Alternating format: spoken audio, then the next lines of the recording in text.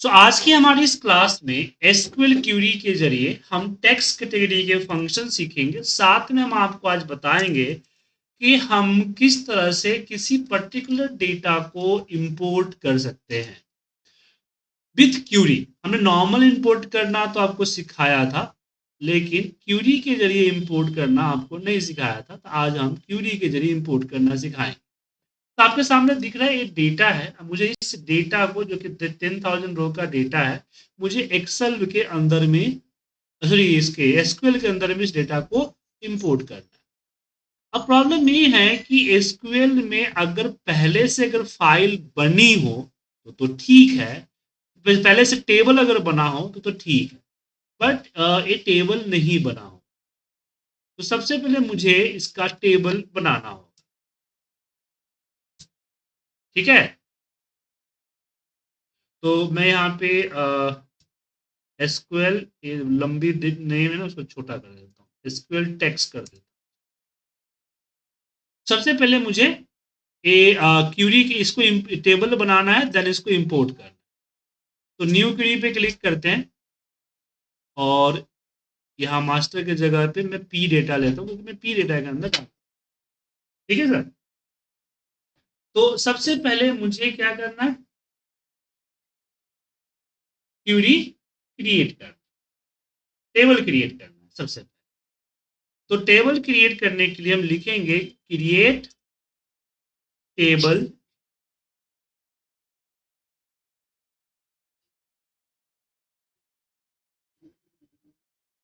Table, और इसके अंदर हम देते हैं टी सेल्स। ठीक है, ब्रैकेट ओपन क्लोज किया और इसके अंदर सारे जो एक्सेल के फील्ड है वो सारे एक्सेल फील्ड लेने हैं। ठीक है, सारे एक्सेल फील्ड लेने। तो इस फील्ड को कॉपी करके हम एक नई फाइल के अंदर यहाँ पे पेस्ट कर देते हैं और टेक्स्ट ज्वाइन फॉर्मूला हम लगाते हैं। टेक्स्ट ज्वाइन फॉर्मूला में डिलिमिटर के साथ हम कॉमा के साथ ट्रू करते हैं, ट्रू, और यहाँ पे इस पूरे को सिलेक्ट करते हैं ताकि कॉमा कॉमा कॉमा करके साथ में आ जाए। अब यहाँ पे मैं एक्सेल के स्किल्स का भी यूज करता हूँ। उसके बाद मुझे क्या करना है कि मुझे कैसे क्या लिखना है, जैसे यहाँ पे कस्टमर आईडी है, तो कस्टमर आईडी किस में है, हमारा बिग इन। तो मुझे यहाँ पे एसक्यूएल में लिखना है कि यहाँ पे customer ID big big in, और ये प्राइमरी की हो। इस तरह से पूरा ऐसे कस्टमर नेम ये आएगा, इस तरह से लिखना। ठीक है, तो उसके अलावा हम देख पा रहे हैं कि मोस्टली जो इसमें है टेक्स्ट, एक ही दो नंबर है जो कि नंबर में है, बाकी सब टेक्स्ट है। तो मैं यहाँ पे जो है सब्स्टिट्यूट का फॉर्मूला लगाता हूँ। सब्स्टिट्यूट के फॉर्मूले में इसको सिलेक्ट किया और बोला कि जो कॉमा है हमारा, वो कॉमा रिप्लेस हो जाए इससे, क्या बोलते हैं इसको, वैर 50 से। यहाँ पे इन्वर्टेड कॉमा वैर 50 कॉमा दे। अब इस पूरे को कॉपी करके हम यहाँ पे आते हैं एसक्यूएल सर्वर पे, यहाँ पे पेस्ट कर।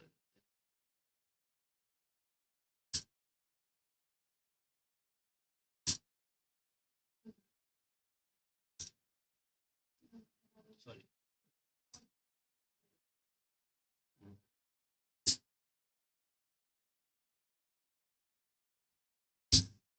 टैब प्रेस कर दिया सारा। ओ, इसमें स्पेस नहीं दिया है, देखिए गड़बड़ हो गई।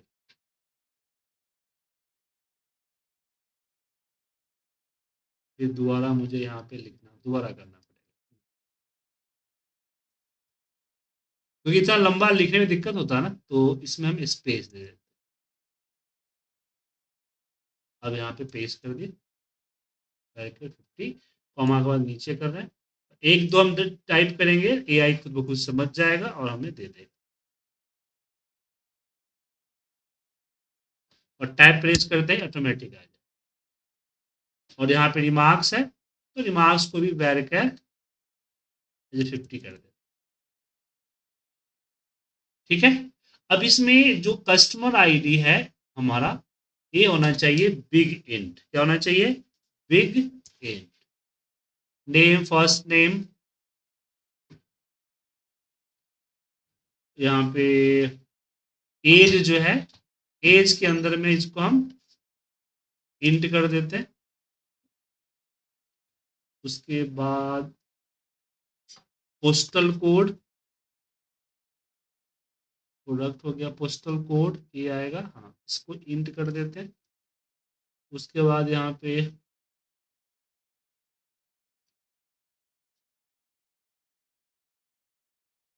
ऑर्डर डेट होगा, उसको हम डेट कर देते हैं, डेट। क्वांटिटी हमारा सर क्वांटिटी, और हमने यहाँ क्वांटिटी को जी इंट जी कर दिया है। डेट, और ये हो जाएगा इंट। इंट यूनिट प्राइस, ये भी हमारा इंट होगा। यूनिट प्राइस को हम ये करते हैं, फ्लॉट कर देते हैं, फ्लॉट। और अमाउंट भी हमारा फ्लॉट।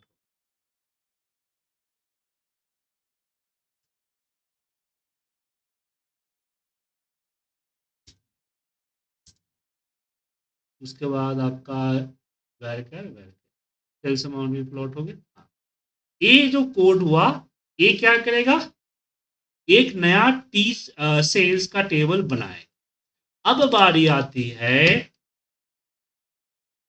यहाँ पे इसमें डेटा को इंसर्ट करने। ठीक है। तो डेटा इंसर्ट करने के लिए हम लिखेंगे बल्क इंसर्ट टी सेल, क्योंकि टी सेल हमने ऊपर बना रखा है ना। ठीक है ना। अब इसमें लिखेंगे फ्रॉम। अब मेरा जो ये है, फाइल है, इसको राइट क्लिक करके कॉपी एज ए पाथ कर लेता हूँ, कॉपी एज ए पाथ।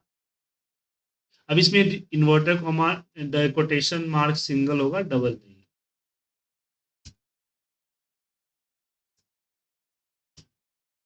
ठीक है। और इसमें लिखेंगे विथ फिल डेलिमिटर, कॉमा है हमारा, रो डेलिमिटर स्लैश एन, मतलब कि न्यू लाइन है, और फर्स्ट रो जो है दूसरा है। समझ गए? फर्स्ट रो दूसरा है। इसमें एक मिनट, इसमें एक चीज और लिखना है, फॉर्मेट। तो इसका जो फॉर्मेट है वो CSV है। और फिल डिलीमीटर हटा देता हूँ यहाँ। रो डिलीमीटर जो हमारा है, नहीं इसमें जब फॉर्मेट डाल दिया तो इसे डालने की जरूरत नहीं है, बस फर्स्ट रो डाल दीजिए, फर्स्ट रो। और एक आता है आपका फाइल क्विट, यहाँ पे कॉमा देना भूल गया, और एक टैब ब्लॉक। तो ये क्या करेगा? Data insert. अच्छा, ऊपर जो हमने नया वैल्यू क्रिएट, यहाँ ऊपर जो हमने ये कोड लिखा, इसलिए लिखा क्योंकि ये डेटा इंसर्ट हमें करना है और मेरे पास टेबल नहीं है। अगर पहले से मेरे पास टेबल बना है और डेटा को मुझे अपेंड करना है, तो उसके लिए जस्ट मैं एक कोड ही रन करूँ। ठीक है। एक बार रन करता हूँ, तो एक मिनट,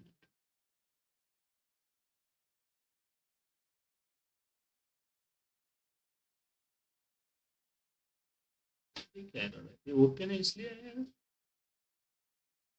हाँ,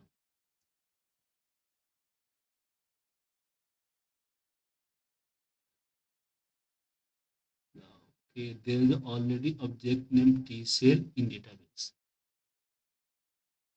पी डेटा के अंदर टी सेल है ऑलरेडी। ओके। जैसे डेटा इंसर्ट पहली बार जो चला था उसमें डेटा इंसर्ट जो टेबल क्रिएट कर दिया था। एक मैं इस टेबल को डिलीट कर देता हूँ।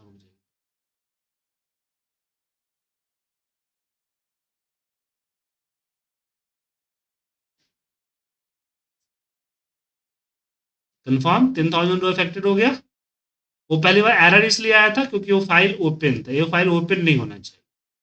तो आप देख सकते हैं कि अब मैं यहाँ पे अगर कोडी देता हूँ कि select star from T cell, इसको सिलेक्ट करके रन करते हैं तो ये पूरा डेटा आपके सामने। तो इसमें आपने क्या सीखा कि बल्क इंसर्ट के जरिए आप किसी भी CSV फाइल को इसके अंदर इंपोर्ट कर सकते हैं। समझ में आया? तो दिक्कत इसमें समझने में?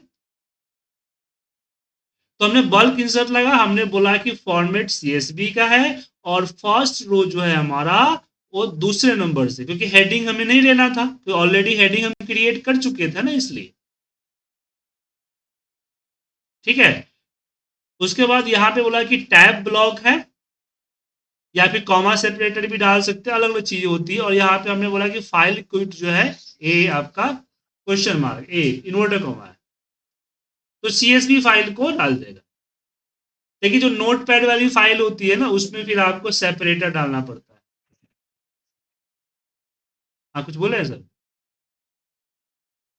बिना सर हेडिंग, जैसे हेडिंग है विदाउट हेडिंग, मतलब पूरा फाइल इंपोर्ट करना हो तो इंपोर्ट के थ्रू जाएंगे ना सर? देखिए, हाँ देखिए, ये जो ऊपर आपका है यहाँ पे, ये जो है क्रिएट टेबल, इसने क्या किया, टेबल क्रिएट किया। क्योंकि CSV का डेटा इस क्यूरी के जरिए जो इंपोर्ट करते हैं तो आपको पहले से टेबल होना चाहिए, ठीक है ना। लेकिन जब आप ये इंपोर्ट एक्सपोर्ट वाला जो सिस्टम यूज करते हैं तो वो टेबल खुद ब खुद बना देता है, बट क्यूरी के थ्रू खुद ब खुद टेबल नहीं बनाता, आपको मैनुअल टेबल बनाने का कोड लिखना पड़ता। लेकिन इसके माध्यम से हम क्या करते हैं, ये जो आप इसके माध्यम से हम अपेंड कराते हैं, यहाँ पे जो डेटा है हर बार अपना नाम चेंज करते हैं और डेटा एक के नीचे अपेंड होते जाते हैं, तो सही रहता है। बाद में इसको ट्रिगर और जॉब वगैरह पे असाइन कर देते थे, खुद ब खुद भी करते रहते। ठीक है, वो आगे हम पढ़ेंगे। तो आगे बढ़ते हैं इसके अंदर। अब जो डेटा आई है हमारी उस पर बात करते हैं। जैसे कि इसमें हमने कल लास्ट क्लास में जो बात की थी उसमें हमने आपको लेफ्ट राइट अपर मिडल बता दिया था, याद होगा, लेन वगैरह बता दिया था, राइट, ठीक है ना। अब यहां पे हम बात करते हैं सब स्ट्रिंग, जो कि हमने नहीं बात की थी, सब स्ट्रिंग। जैसे कि हमने यहां पे सिलेक्ट, इसमें हमने फुल नेम अंडरस्कोर FULL है ना, हाँ, नेम, और यहां पे हमने फ्रॉम टी सेल्स जो है हमने सेलेक्ट कर लिया। तो यहां पे क्या हुआ कि आपका फुल नेम आ गया, बट इसमें से मुझे फुल नेम जो है उसमें से मुझे कुछ करेक्टर अलग करने हैं। तो उसके लिए यहां पे हम लिखते हैं सब स्ट्रिंग। सब स्ट्रिंग के अंदर यहां पे हम देते हैं full name, full name, full name, और आपको स्टार्ट कहां से करना, तो हमने बोला एक से, और कितने करेक्टर चाहिए, तो मैंने बोला 5 करेक्टर चाहिए। ठीक है। अब ऐसा करने से हुआ क्या कि आपका ये 5 करेक्टर दे दिया, लेकिन सब में सही नहीं आएगा, मोस्टली 5 ही है, इसलिए इसने 5 दे दिया। देखिए मनीष, इसमें गलत हो गया ना, ये ऑटोमेटिक नहीं हुआ। क्या नहीं हुआ? ऑटोमेटिक नहीं हुआ। तो हमारे पास एक होता है ऑप्शन जो होता है कैर इंडेक्स का। किसका होता है? कैर इंडेक्स। तो यहां पे अगर हम कैर इंडेक्स लगाएं और कैर इंडेक्स में बोले space full name -1 as a first name. यहाँ इसको नीचे तोड़ देता हूँ ताकि आप देख सके। यहाँ पे कॉमा हटा, कॉमा, ठीक है। तो अब क्या होगा कि एक मिनट इसको पूरा सिलेक्ट कर, अब क्या हुआ कि अब ये फर्स्ट नेम दे रहा है। तो कैर इंडेक्स क्या करता है, वो वही काम करता है जो एक्सेल में हमारा फाइंड करता है। याद होगा फाइंड फॉर्मूला सबको बताया था।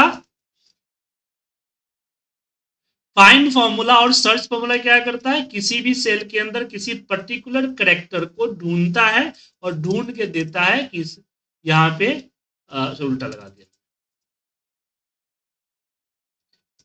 यहाँ पे लिया, इसको सिलेक्ट किया ऊपर में, इसको नेम को, और यहाँ पे 1 दे तो 7 दिया ना। तो सेम चीज, तो यहाँ है क्या, ये जो क्यूरी में है इसको समझिए। तो यहाँ पे हमने बोला सब स्ट्रिंग, बोला कि मुझे स्टार्टिंग एक करेक्टर से शुरू करना है। कैर इंडेक्स में मैंने बोला कि स्पेस ढूंढ के दो। यहाँ पे -1 क्यों किया, क्योंकि जो ढूंढ के देगा स्पेस, तो स्पेस तक के देगा ना, तो स्पेस भी इसके अंदर चला आएगा, इसलिए मैंने -1 कर दिया, तो एक करेक्टर कम लेगा। और कैर इंडेक्स फॉर्मूला बिल्कुल एक्सेल का मिड फॉर्मूला है, तो सब स्ट्रिंग, और कैर इंडेक्स फाइन फॉर्मूला है। कोई कंफ्यूजन कैर इंडेक्स में?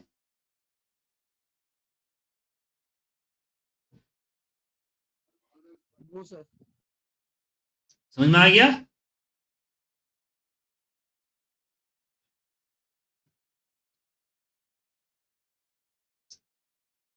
अब इसमें एक चीज और आता है, जैसे मैं लिख दिया सिलेक्ट, अब यहां पे मैं फुल नेम तो लूंगा ही लूंगा पहले,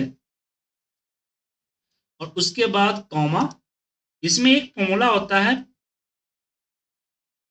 पैट इंडेक्स, इसको बोलते हैं पैटर्न, ठीक है ना।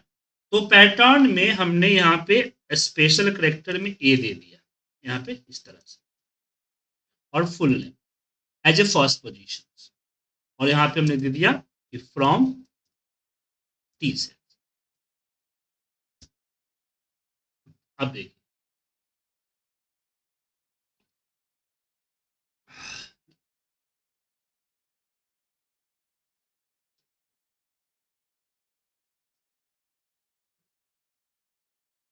अब ये बताया कि इसके अंदर ए है या नहीं, ठीक है ना। अभी हमने दोनों तरफ जो ए लगाया, इसका मतलब हो गया कि ए कहीं भी हो, स्टार्टिंग में एंडिंग में कहीं भी हो, वाइल्ड कार्ड की तरह वर्क किया, ठीक है ना। तो जहां जहां ए होगा वो बता देगा यहाँ पे, एक तरह से आपका कैर इंडेक्स की तरह भी ए तरह ही ये काम करता है, ये पोजीशंस आपको देता है पैटर्न। देखिए इसमें एक चीज और भी है कि अगर मान लीजिए कि मैं यहाँ पे लिखता हूं, अब जैसे मैं चाहता हूं कि कौन से ईमेल आईडी के अंदर में नंबर डला हुआ, दिख रहा है आपको सर, नंबर डला हुआ। तो यहाँ पे अगर मैं लिख दूं ईमेल आईडी ताकि चेक करने के लिए, ईमेल,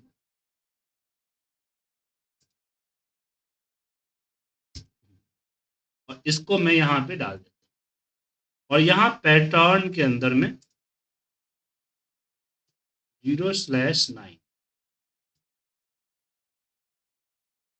और इसके आगे भी नहीं लगा,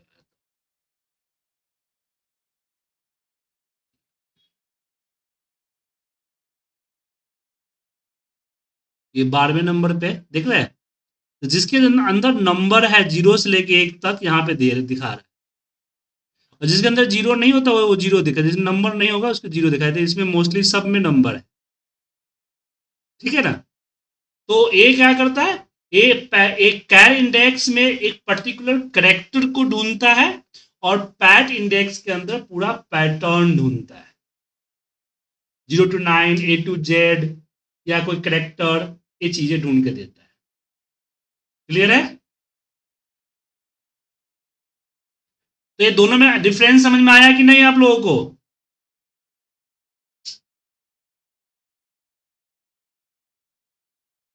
हेलो, अर्जुन जी, गुरजीत जी, रवि जी, चलिए अब इसमें आगे बढ़ते हैं। अब बात करते हैं कॉनकेट। कॉनकेट का काम क्या होता है, जैसे एक्सेल में कॉनकेट वर्क करता है, ऐसे यहां भी वर्क करता है। दो सेल वैल्यू को आपस में मर्ज करने का काम कॉनकेट करता है। ठीक है, जैसे कि मैं यहां लिखता हूं कि सेलेक्ट फर्स्ट नेम,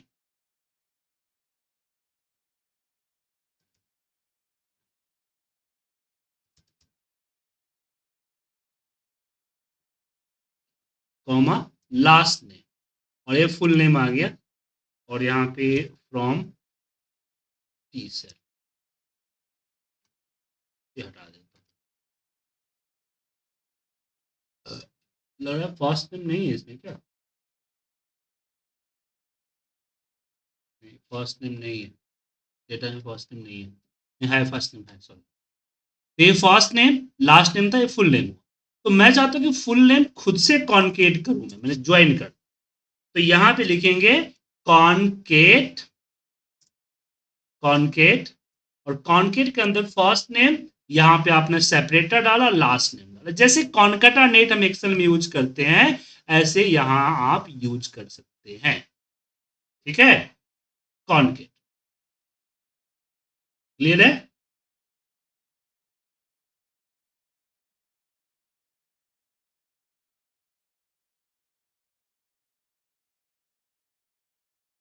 अच्छा ये तो हो गया, लेकिन यहाँ पे एक चीज और आता है कि अगर मैंने लिखा कि सेलेक्ट, और ये आपका फर्स्ट नेम लास्ट नेम ले लेता हूं, और इसमें एक फॉर्मूला आता है कॉन्केट विथ WS, मैंने सेपरेटर, दोनों में फर्क समझिएगा। तो यहाँ पे सी होती है कॉन्केट WS, और ए देखिए यहाँ पे लिखते हैं फ्रॉम टी से। तो इससे क्या होगा आपका, ये देखिए, अब बोलेंगे सर दोनों तो सेम काम कर रहे हैं, तो बेसिकली क्या हुआ कि जितने फील्ड आप लेंगे उस हर फील्ड के बीच में आपको आपका सेपरेटर डालना पड़ेगा। समझ में आया सर। लेकिन यहाँ पे क्या हुआ कि आप पहले सेपरेटर डाल दीजिए, उसके बाद कॉमा कॉमा करके अपने फील्ड्स डालते रहिए, वो सबके बीच में कॉन्केट करके दे देगा। क्लियर है। तो कॉन्केट और कॉन्केट WS समझ में आया।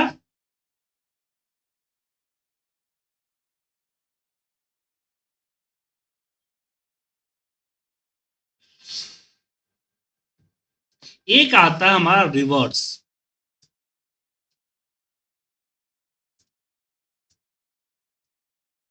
तो यहां पे देते हैं सिलेक्ट फर्स्ट, यहाँ पे फर्स्ट नेम, इसको हम रिवर्स, यहाँ फर्स्ट नेम देते हैं और कॉमा यहां देते हैं रिवर्स। जैसे नाम से पता चलता है और रिवर्स कर देता है। कुछ पूछना है सर। इस वाला दोबारा बता देंगे, कौन सा कॉन्केट WS। देखिए कॉन्केट, यहाँ पे देखिए हमने फर्स्ट नेम और लास्ट नेम लिखा, इसके बीच में सेपरेटर दिया। अब मान लीजिए मुझे यहाँ पे इसकी क्वांटिटी भी देनी है मुझे, तो कॉमा देके यहाँ पे हम स्पेस देंगे, यहाँ पे स्पेस देंगे, और फिर यहाँ हम देंगे क्वांटिटी। समझ गए।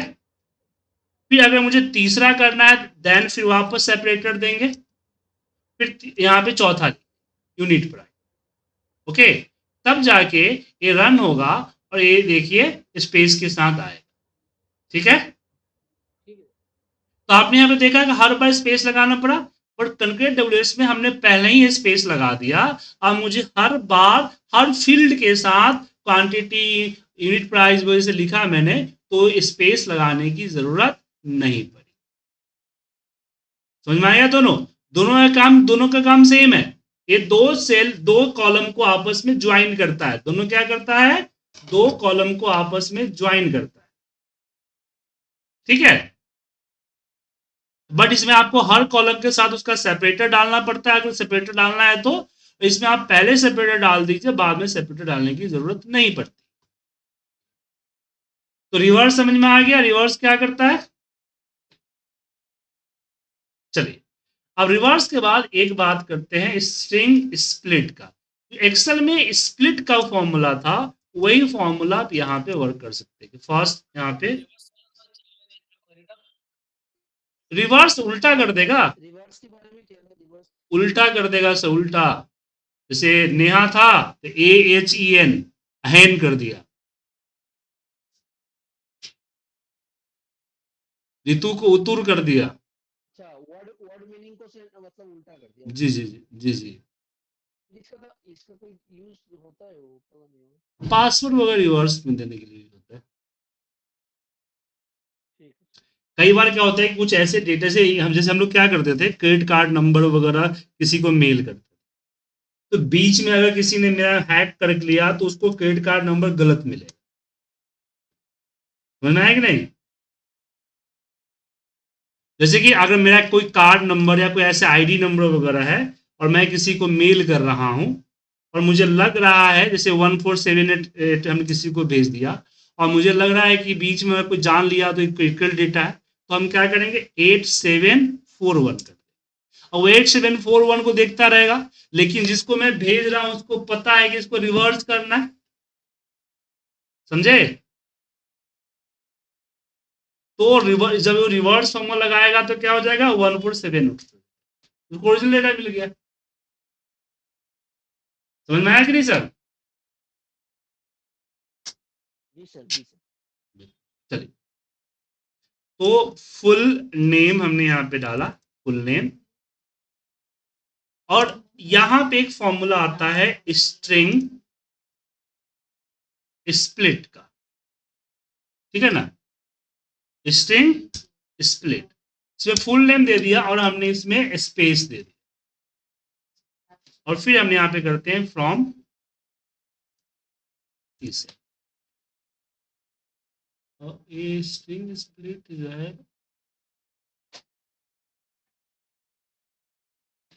वर्क नहीं कर रहा है यहाँ पे। ओ सॉरी, स्ट्रिंग स्प्लिट फॉर्मूला, ये इसमें ऑरिकल का फॉर्मूला है शायद।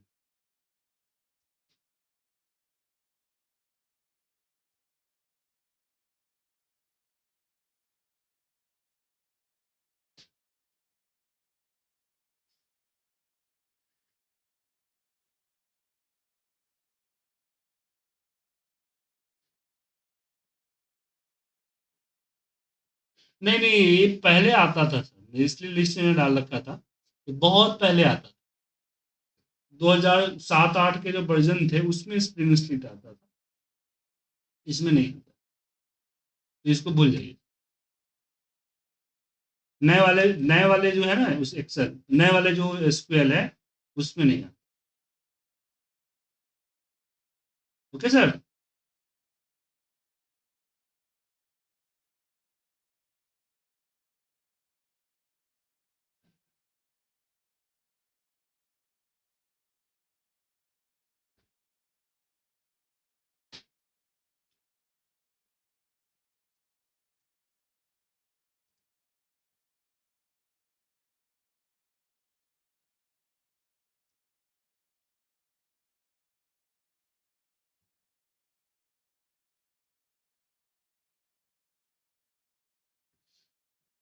तो हमने और को फॉर्मूला रह गया,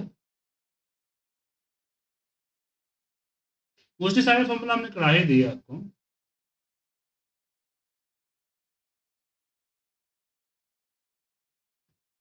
एक आता है रेप्लीकेट, पता नहीं इसमें वर्क करेगा कि नहीं करेगा। रेप्लीकेट, रेप्लीकेट फॉर्मूला क्या होता है, ये जैसे कि हमने यहाँ पे स्टार लगा, तो कॉमा 10 स्टार, और इसको रन कर, तो जितना नंबर डालेंगे ना उतना स्टार रिपीट कर दे। एक्सेल का रैप्ट फॉर्मूला की तरह वर्क करता है, एक्सेल में रैप्ट फॉर्मूला की तरह वर्क करता है। इसके अंदर जो टेक्स्ट डालेंगे, जो नंबर डालेंगे, वो उतने बार उसको रिपीट, सिंपल।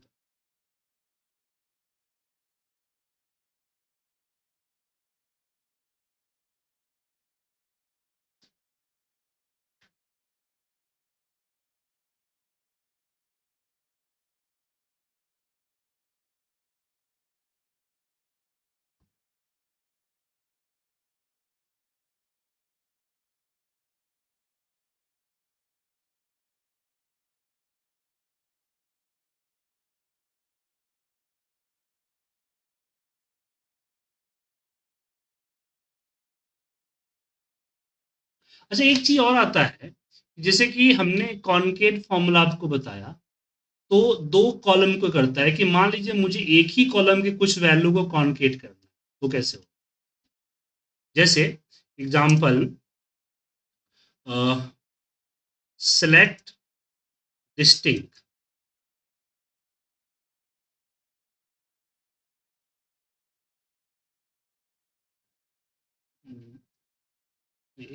डिस्टिंक्ट होता है ना, एक नहीं आ रहा डिस्टिंक्ट,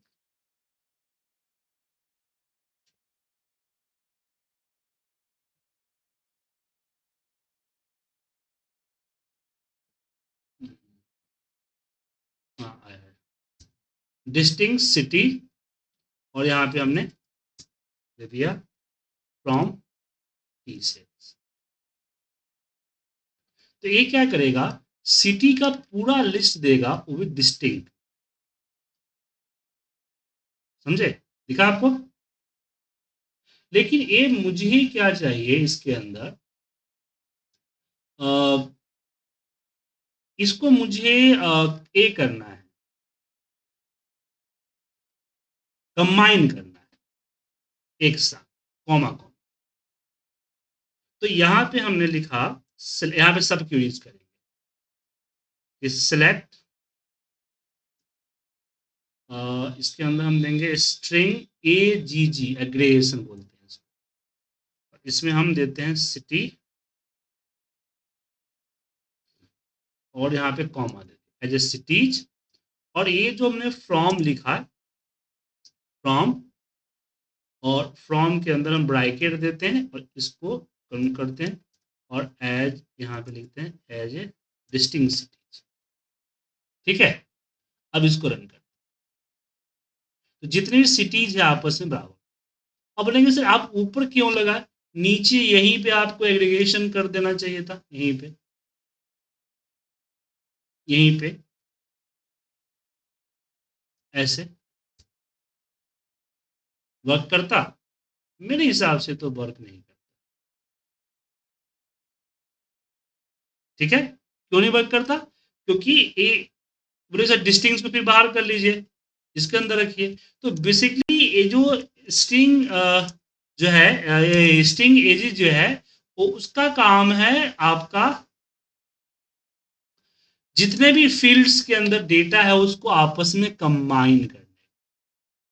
ठीक है ना, इसलिए फॉर्मूला हमने यहां नहीं लगा, हमने डिस्टिंक्ट सिटी लिखा और हमने ए ऊपर लगा, क्योंकि इसको जो डेटा मिलेगा list of unique city, distinct का काम क्या होता है, लिस्ट ऑफ यूनिक सिटी देता है। तो ऊपर वाले सिलेक्ट को क्या मिलेगा, लिस्ट ऑफ यूनिक सिटी, और इस यूनिक सिटी को स्ट्रिंग ARG क्या करेगा, कॉमा में, कॉमा के साथ कंबाइन करके एक सिंगल रिजल्ट आपको याद, समझ में आया?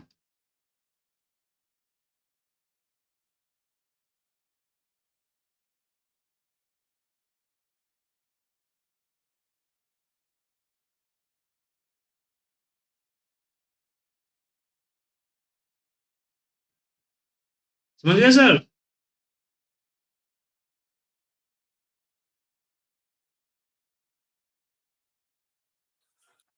Yes sir.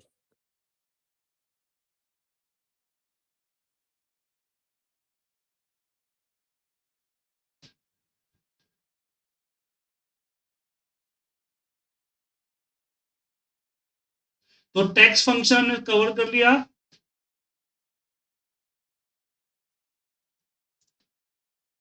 कोई कंफ्यूजन टेक्स्ट फंक्शन में? अच्छा, जो लिस्ट मैंने भेजा था उसमें और भी बाकी फंक्शंस हैं, उन फंक्शंस को एक बार आप कर लीजिए। स्ट्रिंग के अलावा डेट हो गया, कन्वर्जन हो गया, कॉन्फ़िगरेशन हो गया, एडवांस सेक्शन हो गया, कर लीजिए। उसमें से कौन कौन फंक्शन आप नहीं कर पाए उसका एक लिस्ट बनाइए। तो छोटे मोटे फंक्शन तो आप भी कर सकते हैं ना सर, क्या सर, डेट DIF का हो गया, डे ईयर मंथ कास्ट, तो बताइए था केस, जो फॉर्मूला आप नहीं कर पाए, जो फंक्शन, उसका एक लिस्ट दे दीजिएगा। अगली क्लास में हम वही आपको आपके साथ डिस्कस करें। ठीक है।